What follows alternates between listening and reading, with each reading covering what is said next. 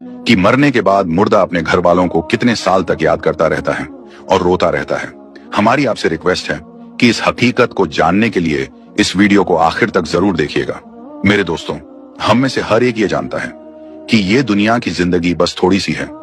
एक न एक दिन हम में से हर एक को मरना है और इस खत्म होने वाली दुनिया को छोड़कर अपने असली ठिकाना आखिरत की तरफ जाना है। और मौत एक ऐसा दरवाजा है जिसमें से हर एक को गुजरना है, चाहे वो बच्चा हो, जवान हो या बूढ़ा हो, हर एक को मौत के दरवाजे में से गुजरना है।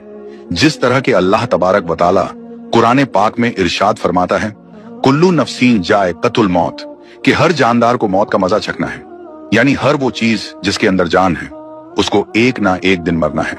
मेरे दोस्तों, दुनिया और आखिरत के बाद एक और दुनिया है जिसको हम आलम बरज़ख कहते हैं।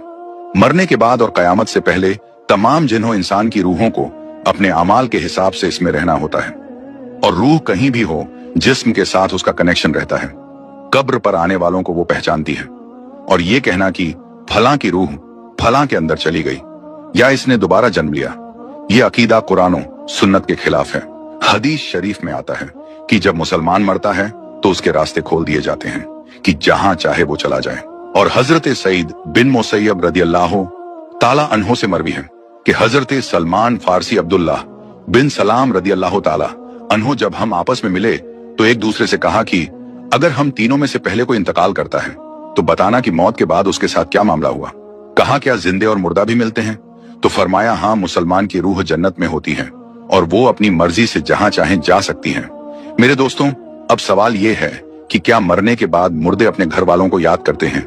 जब किसी इंसान का इंतकाल होता है तो मरने वाले शख्स को यह मालूम होता है कि हम इस दुनिया से इंतकाल होकर आलम बरज़ख में आ गए हैं और उसको ये सारी चीजें याद होती हैं कि हमारा घर है, मकान है, रिश्तेदार हैं और हमारे बहन भाई भी हैं और हमारी एक फैमिली है। और यहाँ तक कि जब इस मुर्दे की रूह निकल जाती है और उसको दफनाया जा रहा होता है तो फिर उस वक्त वो मुर्दा अपनी आंखों से सारी चीजें देख भी रहा होता है। यानी कि उसकी रूह तमाम चीजों को देख रही होती है और उसको पता होता है कि अब हमें कफन पहनाया जा रहा है और अब हमारे जनाजे को उठाया जा रहा है। लिहाजा नेक बंदे के जनाजे को लोग उठाते हैं तो वो कहता है, ऐ लोगों, जल्दी मुझे लेकर कब्रिस्तान की तरफ चलो और बहुत जल्द मुझे मेरे असली ठिकाने यानी कब्र के अंदर पहुंचा दो। क्योंकि उसको मौत पर ही पता चल जाता है कि उसके साथ आगे क्या होने वाला है। यानी आगे आने वाली जो मंजिलें हैं वो अच्छे हैं या मुश्किल हैं, सख्त हैं या आसान, उसको पहले से पता चल जाता है। क्योंकि रूह निकलते वक्त की जो तकलीफ होती है उसी से मरने वाले को यह अंदाजा हो जाता है और उसको यह मालूम हो जाता है कि उसका आगे क्या अंजाम होने वाला है। इसी वजह से जो मोमिन बंदा होता है